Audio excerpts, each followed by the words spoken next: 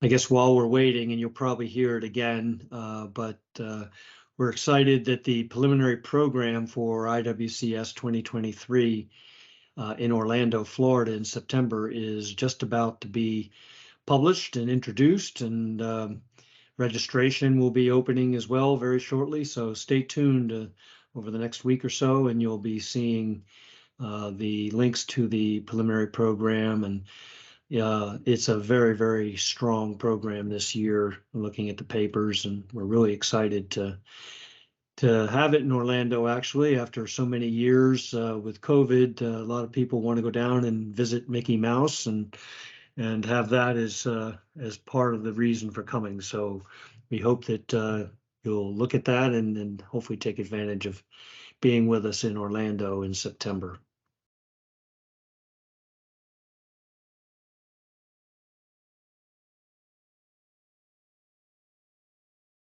Okay, well, why don't we go ahead and get started? A few people will be joining us as well. But again, good morning, good afternoon, good evening from wherever you're joining us. Welcome to today's IWCS webinar. My name is Dave Cadu, and I am honored to be the CEO and director of IWCS, and I'll be your moderator today. A few housekeeping items before we get started. Please note that as an attendee, you are part of a larger audience.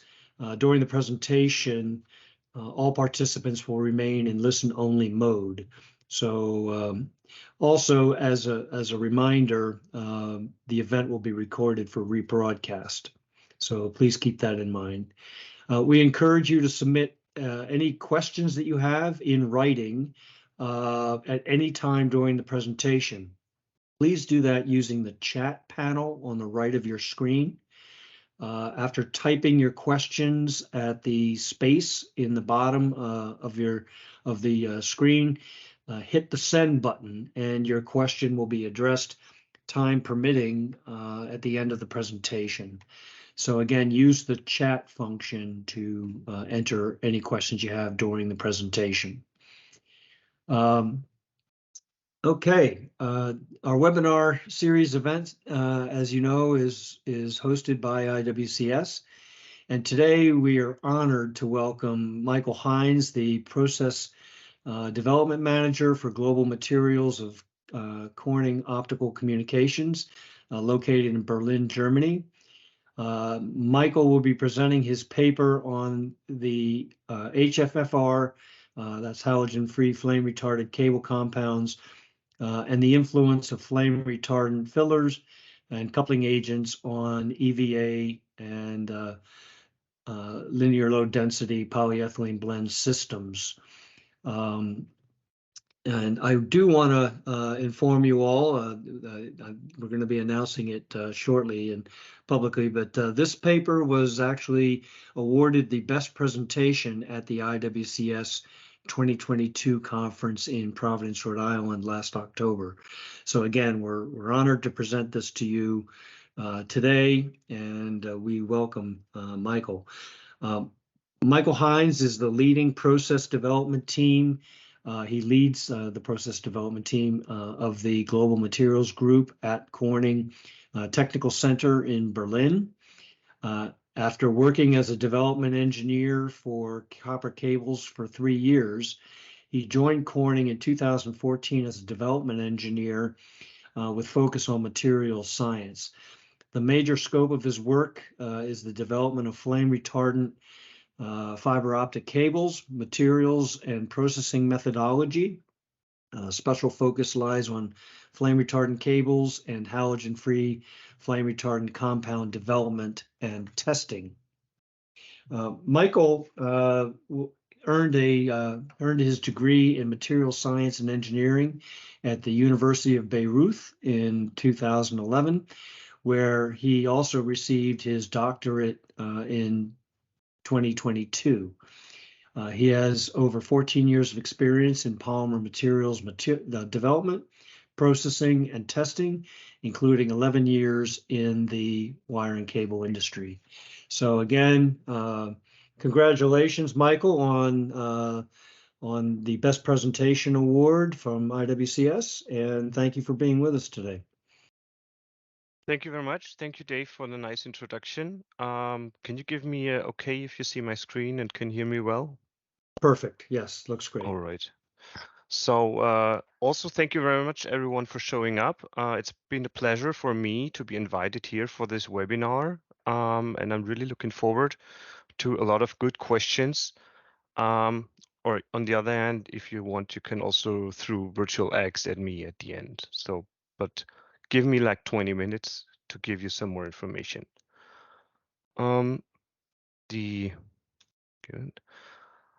A very short introduction about the background and about the topics that we are mainly working on, and also about the reason why we are doing all these investigations that I'm going to show you.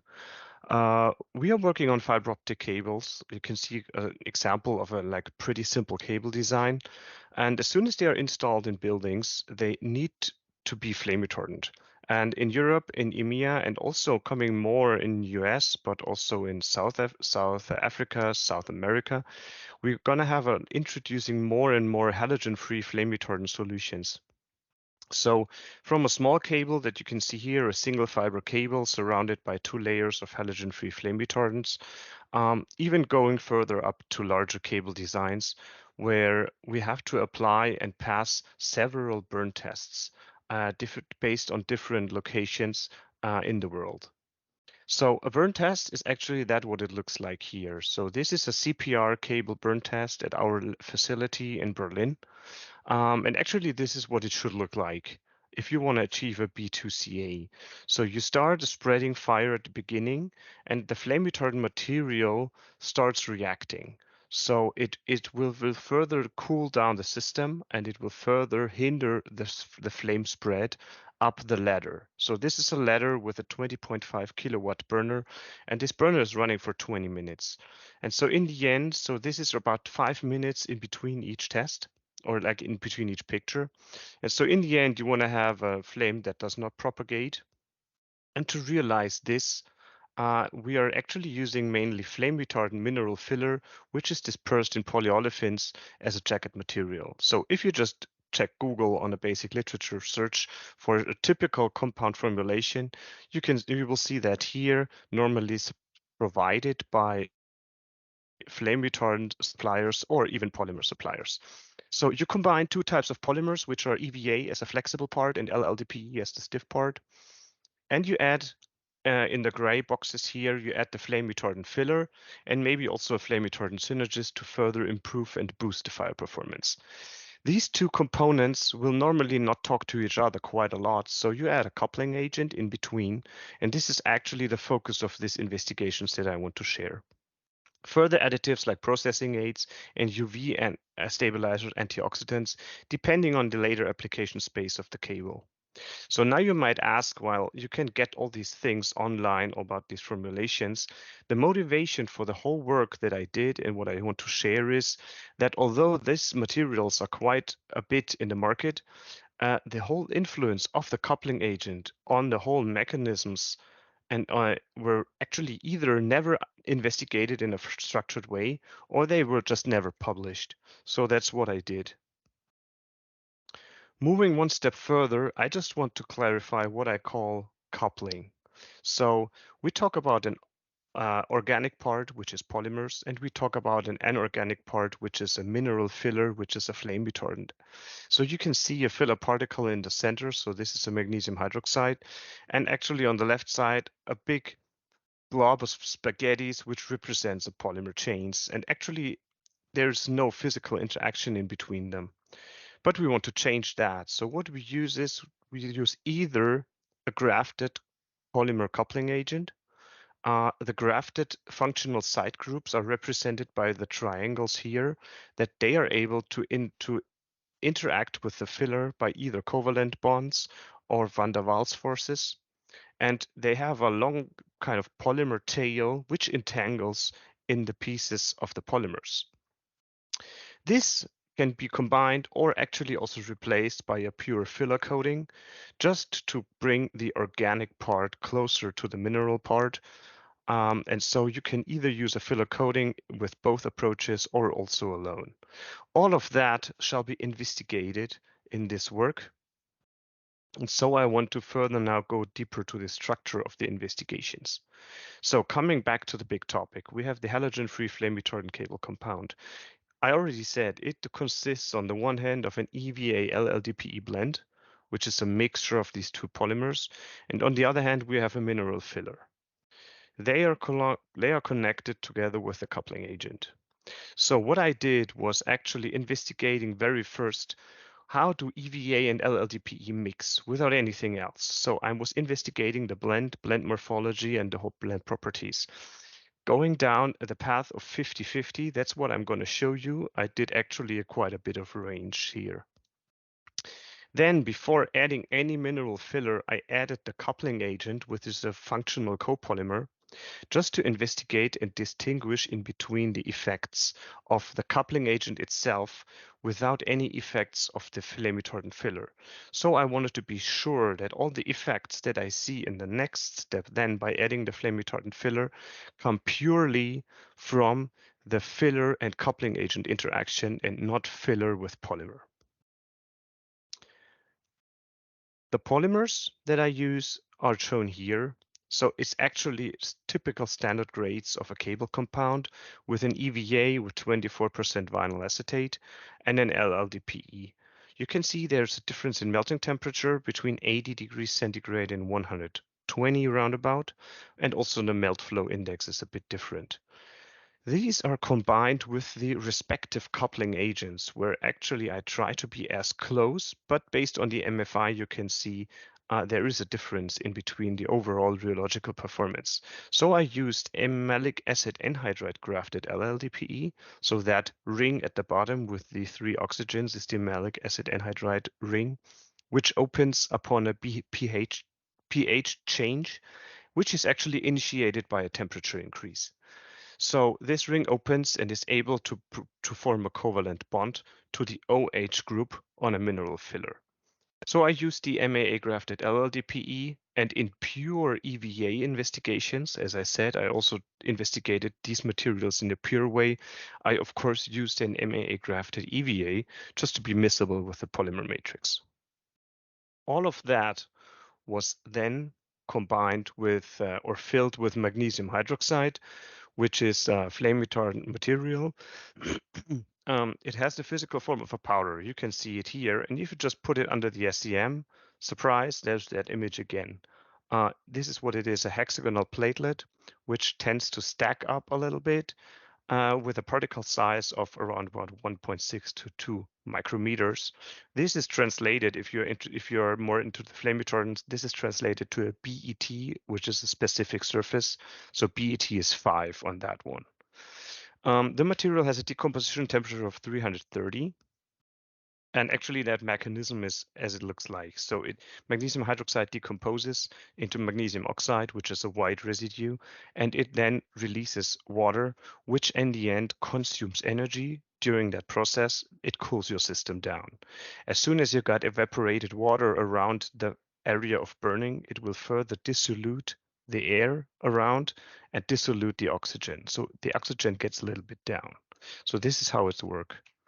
And actually, in the whole piece of the work that I did throughout my PhD in 3 years, I also investigated different surface modifications like uncoated vinyl silane and aminosilane coated, while the last two are not part of this presentation, but I'm going to promise you a small peek into the future. If we now move to the pure EVA LLDPE blends, this is what you look like if you do a cryofracture after compounding and extruding a strip. So for the next samples that I'm going to show you, it's going to be always the same names just to introduce you. So it's going to be X% of MDH is the amount of filler, and the 50-50 will going to be the blend ratio. So looking at that, it was clearly identifiable that there are 2 polymer phases which will not mix. On the other hand, it's not really clear what phase is which polymer. So after improving that whole process of sample preparation, we finally made it to remove and etch the EVA out with a silane at elevated temperature for several hours and continuous purging. So it was quite a pain to go there. But what we were possible was that we had finally an LLDPE residue of the sample that was remaining there. And we could not only investigate things in 2 dimensions, but also in 3 dimensions, which for the polymer blends is actually pretty important, because if you would only have 2 dimensions, you would never be able to distinguish in between a droplet versus a co-continuous morphology. As I promised, we have added coupling agent very first to investigate about what is the effect of the coupling agent itself on the blends. And so we did. Actually, here 5% of LLDPE was replaced with MAA grafted LLDPE. And what we can see here is that the morphology of the residual LLDPE, that's what you can see here, has gotten smaller and finer actually. So something to clarify upon the very first step was whether EVA LLDPE are miscible or immiscible blends, and so clear distinction towards immiscible blends. I'm not going to show you more results on this because actually we have not found any other differences in the thermo-mechanical or rheological properties in between the sample left and right. So tensile, everything was the same, although the morphology got smaller. So we have a reduced face size. So furthermore, one investigation what I did was to run a DSC and check how crystallinity is affected by the coupling agent, because later, especially for higher temperature performance, crystallinity can be a crucial factor. So you can see here it's a heating curve of the pure EVA LLDPE blend with 0% MDH and the other one with coupling agent. Actually, the EVA melting temperature is more or less comparable, while the LLDPE, the peak positions are the same, but the LLDPE peak shape changes. Very first, I thought this is an effect on crystallinity, but actually it was not. I double-checked in the wide-angle X-ray scatterings experiments here in the polymers, and actually it was just an overlay of the 5% coupling agent, which has a higher and just narrower peak.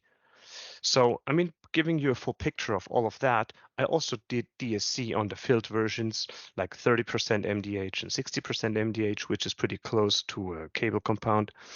And so there was no significant difference in between the samples with and without coupling agent, except for that overlay. But if you ever want to run DSC on filled materials and really go down that path, I just can recommend that you have to take heat capacity effects into account. So actually the peak positions were the same, the peak intensities were not, because of a simple reason: you just add more and more inorganic material, so the polymer that creates the peak is just less and less. And furthermore, I had to go through a weight correction on the one hand, but also a signal correction with pure magnesium hydroxide to get also these resonances out of the DSC. So, but if you have any questions in that direction, just let me know. I'm happy to share, so not everyone has to go down this painful path. Coming back to the 50-50 EVA LLDPE, you know that picture already. So, I mean, of course, the next step is what is going on if I just add magnesium hydroxide? So that's what I did, by adding 30% magnesium hydroxide without any coupling agent. And you can see here that the LLDPE phase also becomes finer by adding the filler. But what you can also see is that after edging, there's no magnesium hydroxide there. And I mean, it was 30%, so you should definitely see that. So the conclusion is that the magnesium hydroxide was fully incorporated in the EVA phase. So we got to etch that out, and you have a very nice and clean LLDPE surface. So looking at that, I mean, not only morphology is affected by coupling agent, but also how can I control the morphology, or how will the morphology react if I add more magnesium hydroxide? Because I mean, the majority of people here on the call might know that 30% is not enough, especially when you want to achieve a B2 rating on a cable. So that's what I did then. I just started with the rheological measurements. So for example, you can see it on the right here. The orange curve is the pure LLDPE viscosity over the frequency.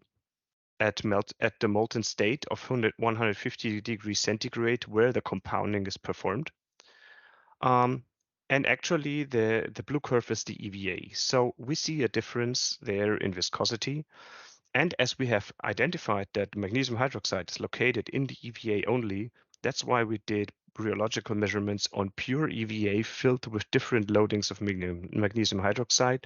These are the gray curves. So as it was expected, viscosity stepwise increased by adding the flame retardant filler.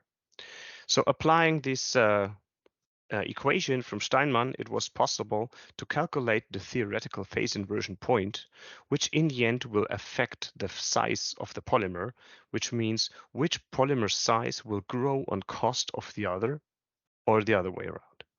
And so by looking at that, we were able to identify that as soon as I add more filler content here on the x-axis, you can see that the phase inversion point is going down from 51.6% to 41% of LLDPE. This is actually the description and the proof that what we saw in the SEM image, that the LLDPE phase is going to shrink based on this phase inversion calculation. So it was possible to calculate that in advance without making that compounds actually. As we are stuck in the rheology already, I mean, we did all the investigations with all these materials because it was interesting, as now we have introduced a coupling agent into the systems. How does the coupling agent affect rheology?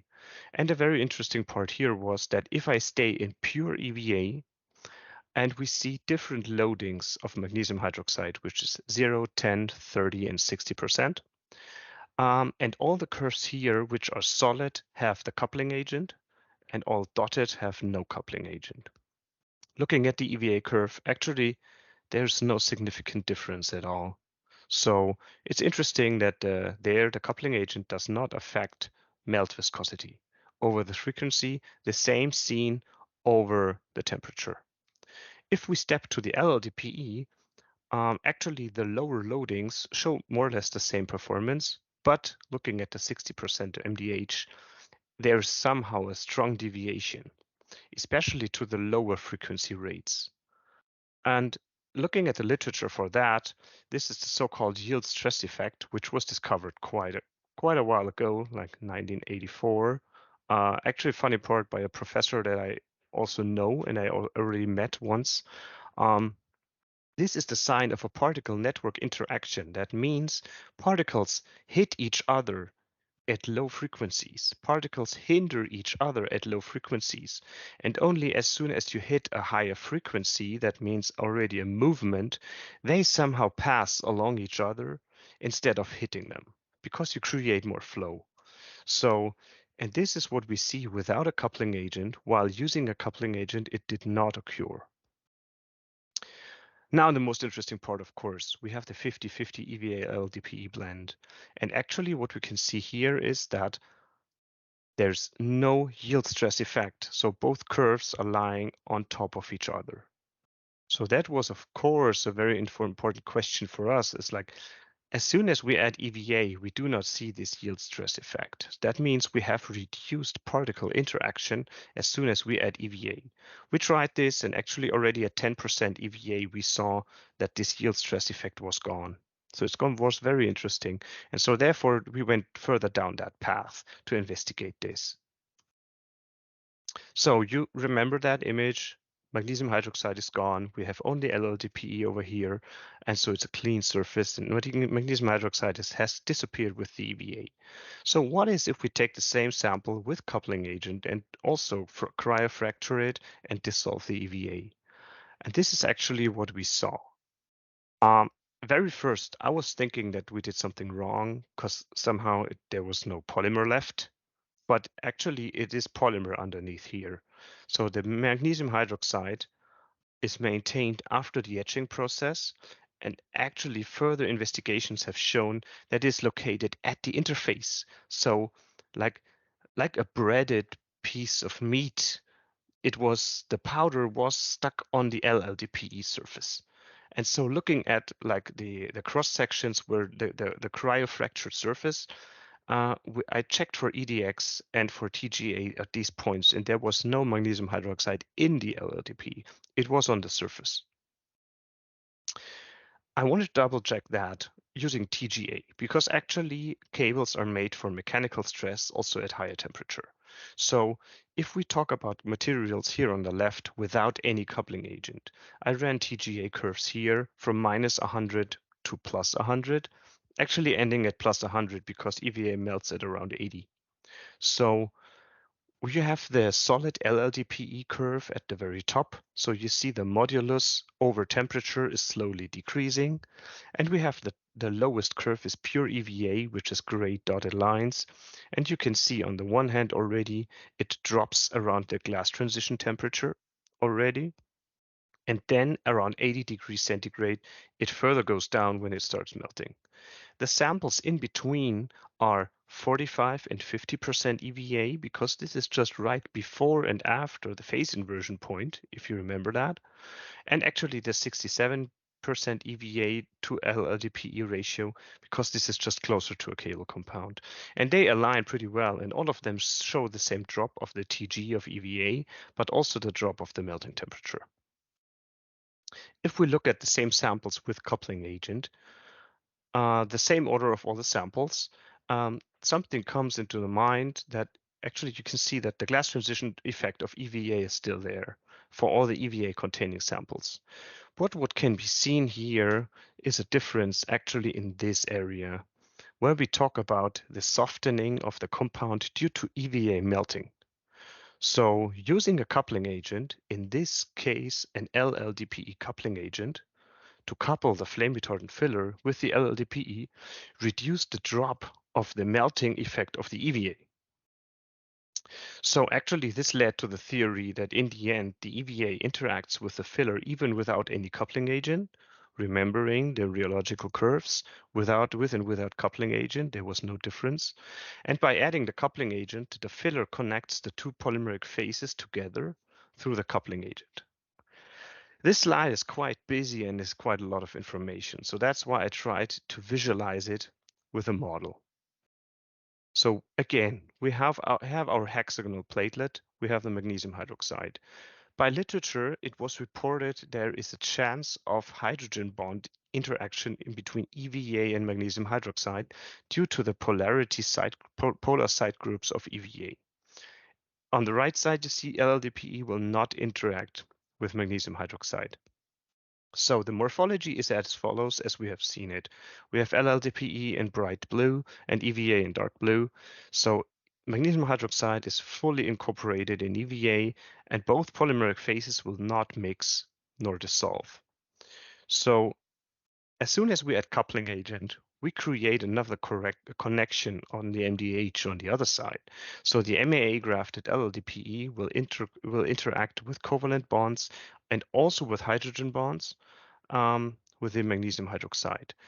Doing so, the whole filler is moved into the interface and creates actually a mechanical connection between the two polymeric phases, which strengthen the compound performance especially at elevated temperature when EVA shows more mechanical weakness.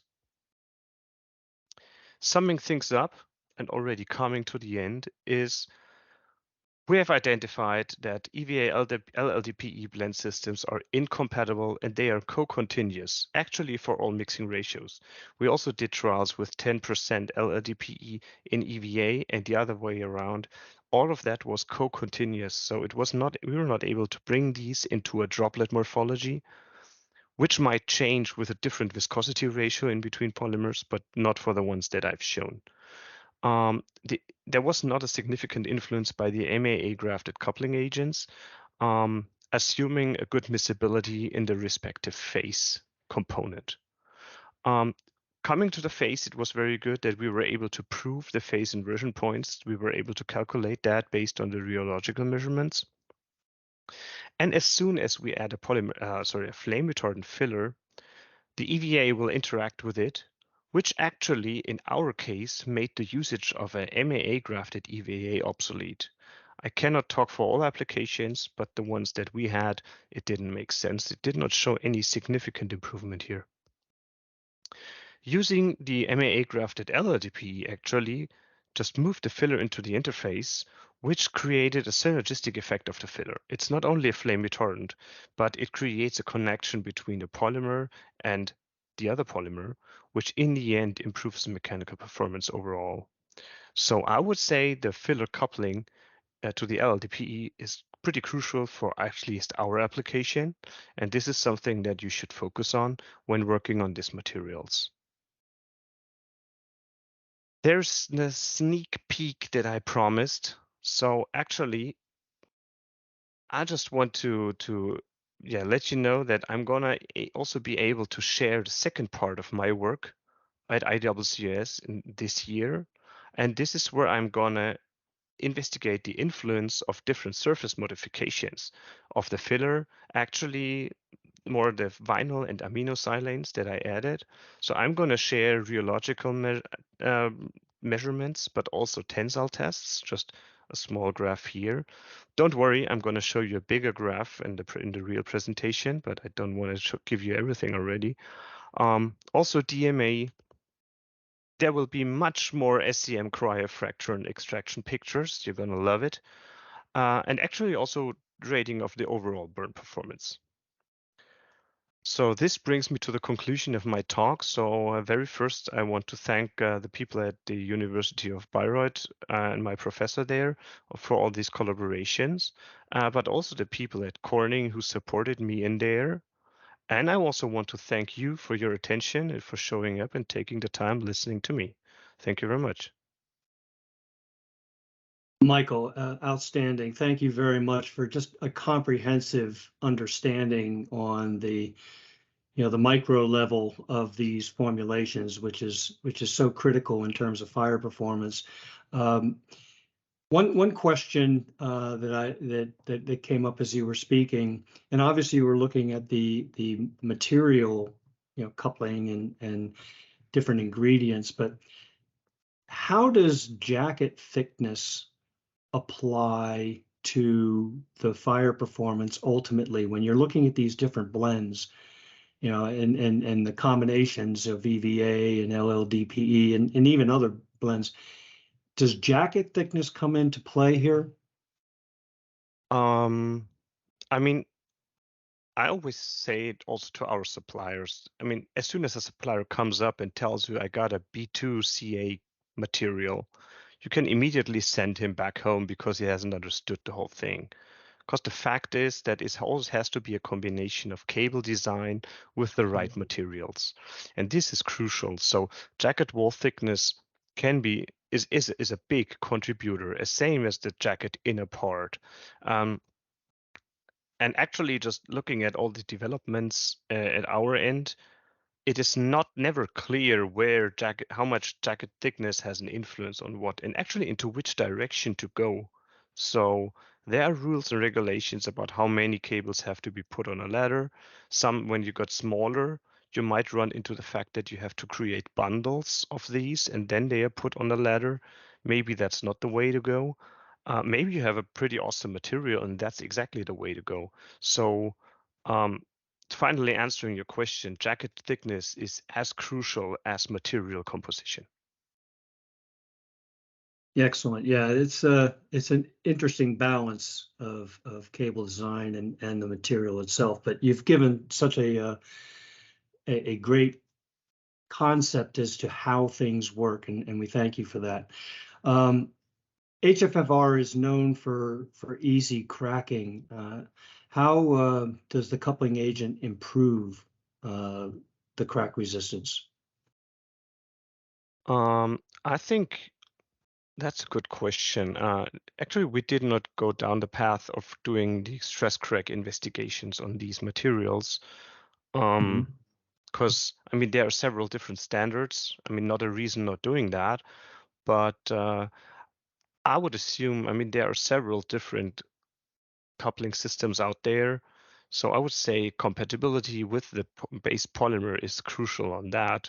We also heard from suppliers that if you just don't hit the right temperature during compounding, it might be not sufficiently coupled. There are more reactive parts on that. So I cannot give you a very conclusive answer on this actually to how stress cracking, which is on these materials always a big issue, can be avoided. And I know of people just rather coming back to bigger wall thickness, because the stress concentration will be just diverted into in a more higher amount of material to get rid of this danger of stress cracking. But we have seen that, like on some materials, when things went wrong in our developmental steps, the coupling is more or less a big contributor to the effect of stress cracking, but so is also dispersion. And the longer I think about it, is you have a good coupling means also you have normally a very good dispersion of the filler particles. So if you have a bad dispersion with agglomerates in it, you're going to have stress concentrations on the polymer, which has to withstand all the forces then. Yep. What's the role of LLDPE in HFFR compounds as opposed to any other polyethylene? LLDPE is actually like a bit of a trade-off normally from my experience. So you have HDPE which has no side chains, but it has a very high crystallinity. So HDPE tends to shrink a lot, and that's what you can see also for outdoor cables. So, but it has an awesome chemical resistance. It has a good mechanical stability, but you have one issue. If you go down to the indoor cables, you very likely have no like GRP strength elements to support against the shrink force of your jacket. So you gotta rather go to a more like flexible, less crystalline material. There you could use LDPE, but the fact is that LDPE has a lot of entanglements because it just looks like a tree from a polymeric structure. And these entanglements lead to the fact that after extrusion, it's going to shrink more because you have this relaxation force. It has a high relaxation force. So the fact is that LLDPE has a lot of side chains, not so much crystallinity, but the side chains are not even further branched. So that means the shrinkage after your extrusion process is going to be better. So this is the reason why you go for LLDPE in all of these materials. And in fact, the ratio between LLDPE and EVA will give you control about the mechanical performance. That means the stiffness versus abrasion resistance, the versus flexibility. So you're gonna have a little fight about that. Yeah. Is it possible to use other types of polyethylenes in HFFR compounds? I think there are several out there. So if you want to go on the stiffer side, either and maybe you have some end on LLDPEs that I could imagine going for HDPE and things. So I mean, Yeah. I don't see a reason not to do that. Right. Have you evaluated the effect of different types of coupling agents, MAH, EVA, or MAH-LLDPE, on the phase behavior of the MDH-filled blends? Yeah, so actually I did some investigations of different ratios of these here. So I mean, I've tried these two shown MAA grafted polymers, and the phase behavior did not change significantly based on the type in between the EVA or LLDPE. But it would be definitely an option to further go down the path with a mixture of EVA and LLDPE grafted or coupling polymers. Um, I hope I'm going to answer the right question. I didn't misunderstood. If not, please submit it again and I'm going to give you another answer. But the fact is that I just added also up to 50% of MAA grafted LLDPE just really to check for the miscibility. And the main contributor to that was really the viscosity ratio of the polymers. And then the filler is going to interact and go towards these directions that I already described. But good point. Still a lot of room to go, so feel free. Do you believe that the filler coupling and the concentration of the filler at the polymer phase interface might allow for lower levels of filler to deliver the flame retardant performance that you're needing? So again, it gets to that point of the combination of the amount of filler versus the flame retardancy. Yeah, I think it's always like a balance that you have to deal with, and I think everyone's fighting the same battle. You have to Right. want to have put a lot of flame retardant in it, but then on the end, your mechanical performance is going down. So I can imagine even adding a third polymer component to mitigate some of these effects. I can imagine like digging deeper into a higher MAA content of coupling agents. I mean, actually, these were like the ones available on the market, but I heard from suppliers that they might go down to a higher MAA coupling dosage so that you are rather want to concentrate your filler in certain areas, but maybe you also rather want to not do so. If you can reduce the filler by locating the control the location of the filler, I'm not sure if you can then reduce the overall amount of filler, because on the CPR test, I can only speak for the CPR test here now, but the total heat release is a measure in this test. And I can say that the total heat release is actually mainly a function of the polymer that's going to get burned. So you can easily subtract the amount of filler from the polymer, so you can already subtract this from the total heat release. So you would rather want to go with a higher loading of filler. Actually, also to the matter of fact that filler is normally cheaper than material, like polymer. Yeah. Are the fire properties enhanced as well, from this coupling and from what you've seen in terms of the synergistic effects? Is our fire performances enhanced? I mean, I'm gonna share that in the next paper, but I can already say that as long as you have enough dispersion, it does not make a significant difference. Admitting that this was only done on cone calorimeter tests, and I mean, every burn test has like a certain deviation, which is higher than any other mechanical test or things. So don't not 100% proof, but actually I have not seen significant differences of usage with and without coupling agent. Right. Do you have any information on the use of calcium carbonate as a flame retardant filler? Yeah, I mean, you can do that. The very big advantage is that it's like even further cheaper. And you also have, although people do not really want to hear that, but you have also a thermal decomposition mechanism which consumes energy at high temperature. But looking at that, it's just not as efficient as ATH or MDH. And in the end, it's about, I mean, I always say that you have to have a working product, and then you have to start fine-tuning cost-wise. If you have a product working and you can replace parts of ATH or MDH with calcium carbonate to get the cost down, that's a good thing. But this is really depending on the detailed application. A final answer to this question is I would assume for the coupling effects, it should be the same. Right. Okay, based on your micrographs, is it safe to say that the MDH is encapsulated by the EVA resin, and using the CA aids in the bonding with the LLDPE, Let me just quickly check there. the coupling There we agent are. aids? Yeah. Yeah. I have not found any other information that would disprove this theory.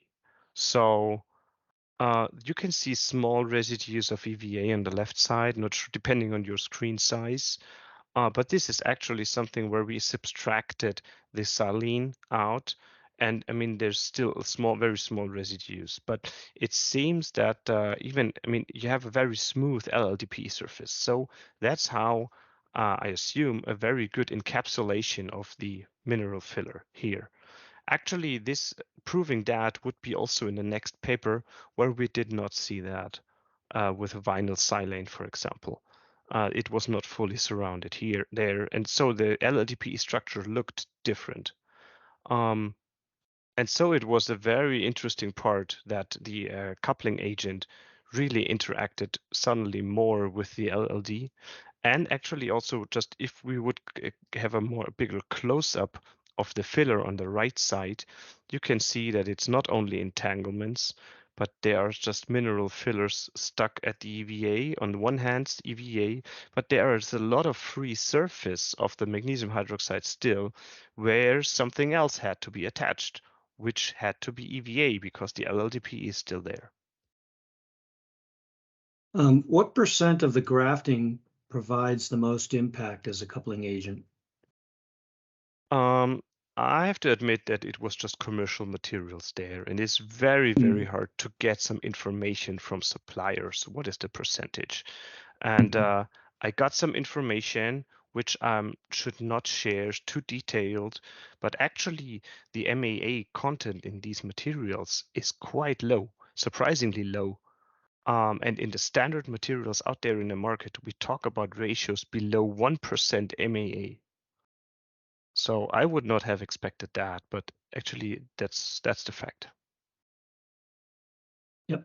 Are the rheological performance and the phase morphology of the formulation the same on both lab scale as well as large scale production? Um, I can only say things for one material that we tried. I mean, yeah, sorry. There we are, jumping back and forth. Super professional it is. These rheological measurements here, these were done and repeated on the one hand, I did it in a small lab kneader, and I pulled it out and we did the measurements, and also repeated that after strip extrusion on a lab strip extruder, and also trying this at one formulation, which actually is the 60% filled 50/50 EVA LLDPE. So this 41% data point here on the right.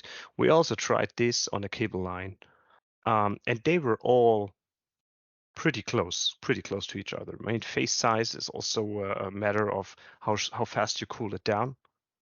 If whether a phase can grow or regrow or just realign. But saying that throughout the manufacturing steps, it was pretty consistent on the phase size calculations. Yeah, and do you expect more melt fracture as extrusion rates increase, the higher extrusion rates? And the assumption is that the EVA and the LLDPE have different molecular weights and the difference in overall melt flow index. So how's that, as the extrusion rates increase, how does that perhaps impact melt fracture? That's a very good question, because I think this is exactly the work that we are all struggling with at the moment. That what happens if you change temperature? It's not only changing viscosities, it's also changing interaction overall. And actually, to that question, I don't have a clear answer, because I mean, from a theoretical point of view, the hydrogen bonds between EVA and the magnesium hydroxide should not be efficient in the molten state, or at least should be very weak in comparison to the covalent bonds of the coupling agent. So actually, didn't have a lot of chance to go down that path further, but maybe this is something that needs to be taken into consideration when we talk about melt fracture here. Actually, I gotta say, I have not really a clue in this direction, but it's an important point that the shown hydrogen bonds might be actually not there in the molten state.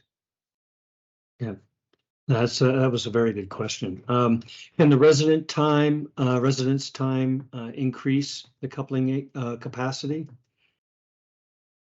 I would say yes, because I mean it's a covalent bond. So as soon as it is provided, is performed, like it's opened and established, it should not break up again, assuming that you do not get too high with the temperature. So coupling would be definitely more in favor, giving it a bit more time. and achieving, I mean, that certain temperature threshold to activate it. And then from them, I would say, yeah, give it a bit more time.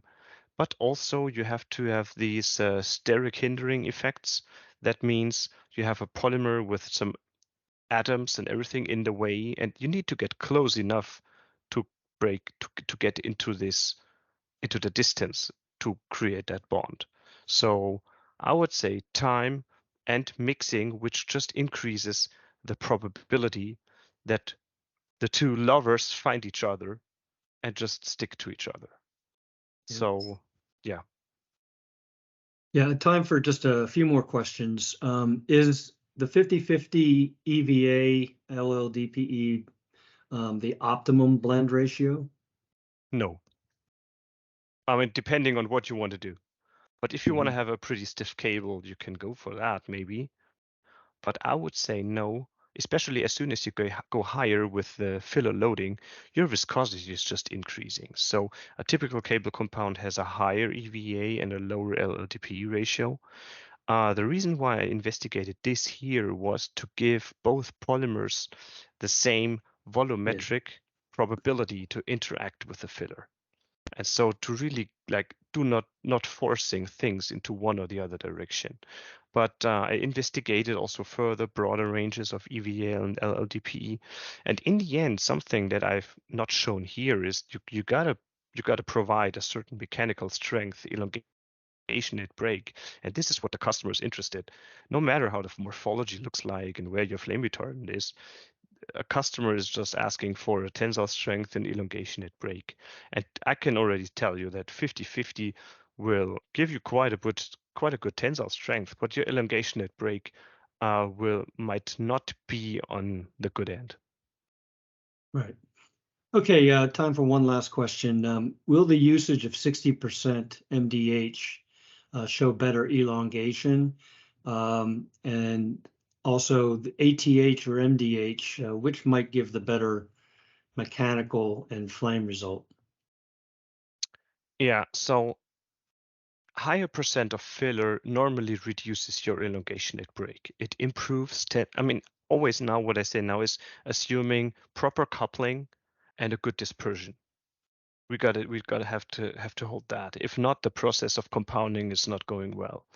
If you have a higher amount of filler, you will very likely have less elongation at break and a higher tensile strength because the material just stiffens up because it's less polymer to bend around all the performance while you just put in small rocks. Yeah. It was reported in literature that MDH has a kind of reinforcing effect because it is a platelet shape versus ATH, where you have a more cubic shapes. So a platelet shape has a different surface aspect ratio, and therefore you will have a small mechanical improvement on MDH. Might be, but I don't expect a lot of percent on improvement there. Coming back to the flame retardant point, by the chemical composition and the chemical reaction, magnesium hydroxide will take up more energy to decompose. How far this trend directly translates into the burn performance, I have to say this strongly depends on everything around. That means the polymer composition, and polymer ratio also. If you can bring this into a win, that strongly depends on the rest also. Of course, Michael, we have to thank you for such a comprehensive presentation, but I also want to thank all of the attendees and the excellent questions. Just a fantastic range of questions, and obviously our attendees were listening closely. So again, thank you, and I would like to let folks know that you can contact Michael with the contact points being shown after today's event. You've got a phone number in Berlin, Germany, as well as his email. Each of these IWCS webinar series events are recorded and will be archived on the IWCS.org website. It normally takes a week or so to get it up, But if you wish to listen again or share this with your colleagues, please go to our website and you will find it. The IWCS webinar series will conduct technical paper presentation webinars, as well as sponsored company events several times each month. Our next scheduled technical paper presentation webinar will be on Friday, July 21st at 10:30 a.m. Eastern USA time. Each of you will be receiving an announcement for the event. Please feel free to share those announcements with your colleagues so that they can join in and register as well.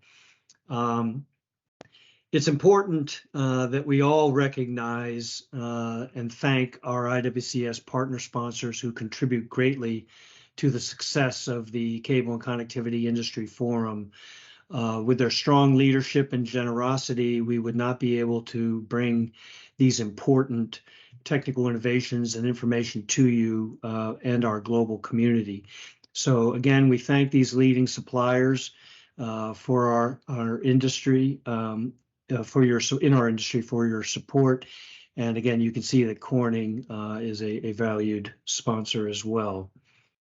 So with that, I want to again remind you that the program is coming together, and you should be shortly seeing the preliminary program with the listings of the technical sessions and the papers being presented, along with the outline for the conference. The conference will be September 17th through the 20th.